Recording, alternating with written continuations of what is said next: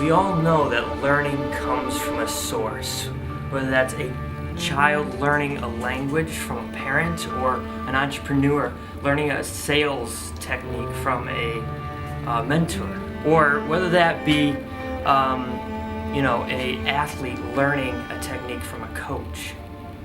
Ultimately, the coach is going to allow the athlete to perform at the best of their ability. That's why the best athletes hire the best coaches.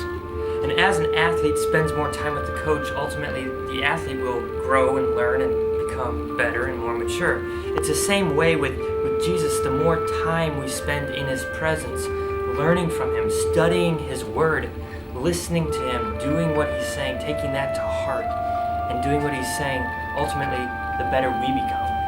And when we get to that point where we cannot do what He is saying, we cannot quit at that point. We can't say, oh, this is too hard, or this is impossible, or, well, everyone falls, right? You can't say that. You have to dig in at that moment.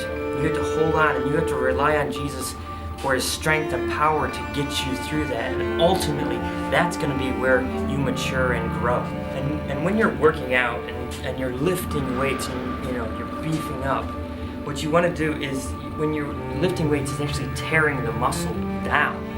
And when you get to that point where you're so torn down and then you allow yourself a time of recovery, that's when the growth happens. That's when the muscle grows. It's the same way in the Christian life, that when we're challenged and tested, that's when we'll grow and mature. And many people give up on what Jesus says before they're even tested or challenged. And when we do what Jesus says and we remain obedient and we break through that, through the power of God, that's when we'll ultimately achieve this level of Christian life that brings joy and contentment and satisfaction. That's where we turn from being broken and bankrupt to a life that is full and satisfying.